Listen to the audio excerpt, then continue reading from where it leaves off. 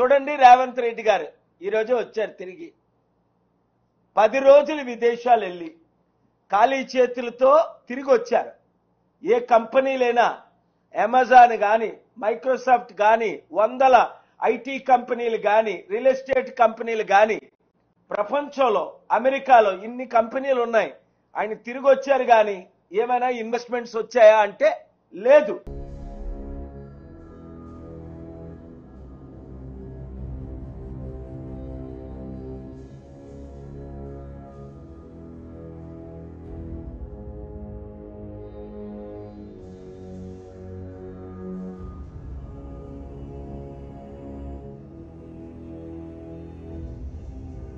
చూడండి, రేవంత్ రెడ్డి గారు ఈరోజు వచ్చారు తిరిగి.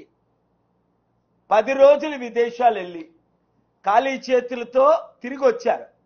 ఏ కంపెనీలైనా అమెజాన్ కానీ, మైక్రోసాఫ్ట్ కానీ, వందల ఐటీ కంపెనీలు కానీ, రియల్ ఎస్టేట్ కంపెనీలు కానీ, ప్రపంచంలో అమెరికాలో ఇన్ని కంపెనీలు ఉన్నాయి. ఆయన తిరిగి వచ్చారు కానీ ఏమైనా ఇన్వెస్ట్మెంట్స్ వచ్చాయా అంటే లేదు.